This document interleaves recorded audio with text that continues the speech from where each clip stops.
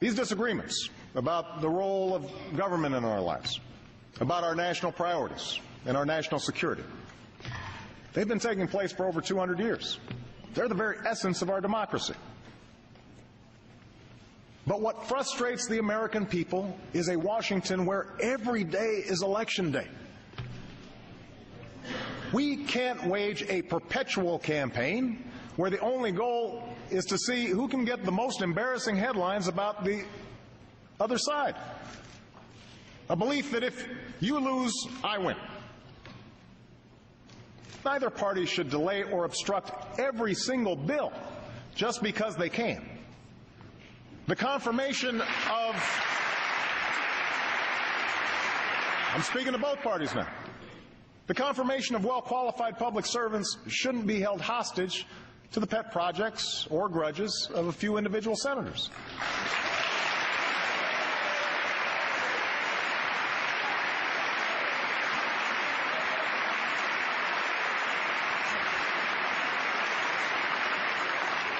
Washington may think that saying anything about the other side, no matter how false, no matter how malicious, is just part of the game. But it's precisely such politics that has stopped either party from helping the American people. Worse yet, it's sowing further division among our citizens, further distrust in our government. So no, I will not give up on trying to change the tone of our politics. I know it's an election year, and after last week, it's clear that campaign fever has come even earlier than usual. But we still need to govern. To Democrats, I would remind you that we still have the largest majority in decades, and the people expect us to solve problems, not run for the hills.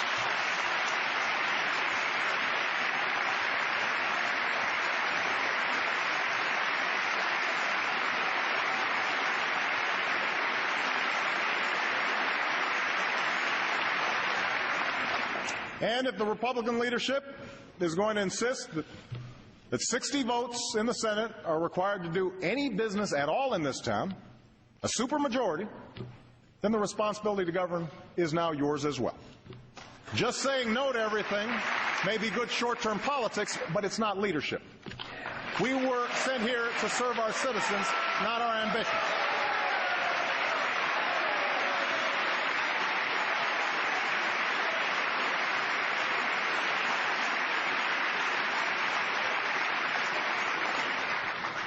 So let's show the American people that we can do it together. This week I'll be addressing a meeting of the House Republicans. I'd like to begin monthly meetings with both Democratic and Republican leadership. I know you can't wait.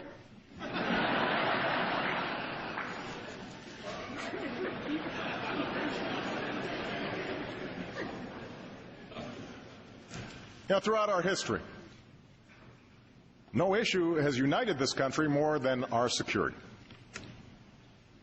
Sadly, some of the unity we felt after 9/11 has dissipated. And we can argue all we want about who's to blame for this, but I'm not interested in relitigating the past. I know that all of us love this country. All of us are committed to its defense. So let's put aside the schoolyard taunts about who's tough. Let's reject the false choice between protecting our people and upholding our values. Let's leave behind the fear and division and do what it takes to defend our nation and forge a more hopeful future for America and for the world.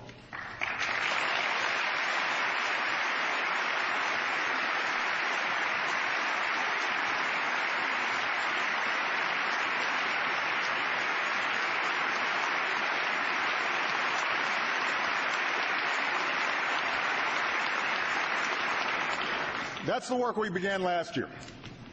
Since the day I took office, we've renewed our focus on the terrorists who threaten our nation. We've made substantial investments in our homeland security and disrupted plots that threaten to take American lives. We are filling unacceptable gaps revealed by the failed Christmas attack with better airline security and swifter action on our intelligence. We've prohibited torture and strengthen partnerships from the Pacific to South Asia to the Arabian Peninsula.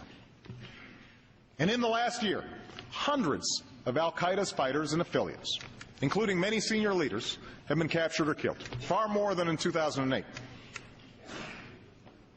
And in Afghanistan, we're increasing our troops and training Afghan security forces so they can begin to take the lead in July of 2011 and our troops can begin to come home.